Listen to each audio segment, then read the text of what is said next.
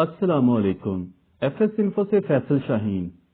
Pakistani team میں شامل mystery spinner ابرار احمد، جن کی انگلیوں میں بہت جان ہے، عبدالرشید شکور نے بات کرتے ہوئے بتایا، ابرار احمد نے رواں سیزن کی قائد اعظم ٹرافی میں 43 وکٹیں حاصل کی ہیں، جو اس سال کے کسی بھی بالر کی سب سے زیادہ وکٹیں ہیں۔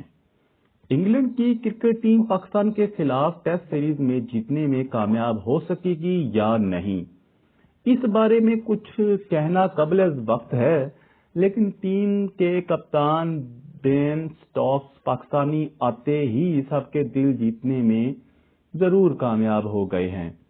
بین سٹوک نے پاکستانی کے خلاف ہونے والے 3 ٹیسٹ میچوں کی سیریز کی اپنی تمام میچ فیس پاکستان میں سیلاب زدگان کی امدادی فنڈ میں دینے کا اعلان کر دیا ہے۔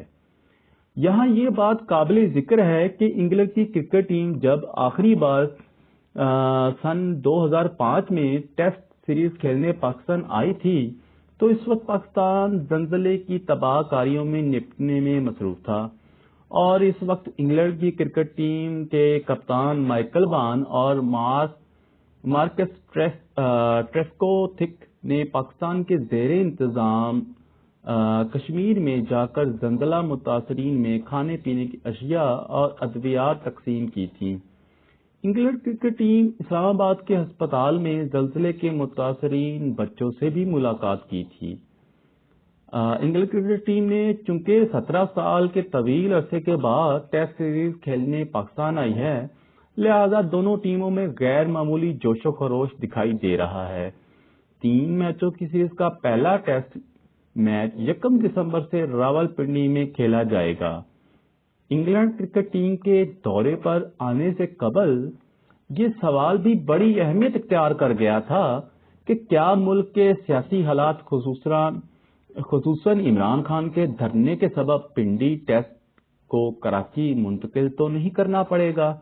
اگرچہ پاکستان کرکٹ بورڈ نے مقتدر حلقوں کے گرین سگنل کی بنیاد پر پہلا ٹیسٹ طے شدہ پروگرام کے تحت راولپنڈی میں ہی کھیلے جانے کا اعلان کر دیا تھا، لہذا اس کے باوجود پاکستان کرکٹ بورڈ کے چیئرمین رمیز راجہ اور برطانوی ہائی کمشنر کرسٹن ٹرنر کو عمران خان سے ملاقات کرنی پڑی تھی، جس میں عمران خان نے ان کو دونوں طرف سے یقین دہانی کرائی تھی کہ اس جلسے سے راولپنڈی ٹیسٹ متاثر نہیں ہوگا۔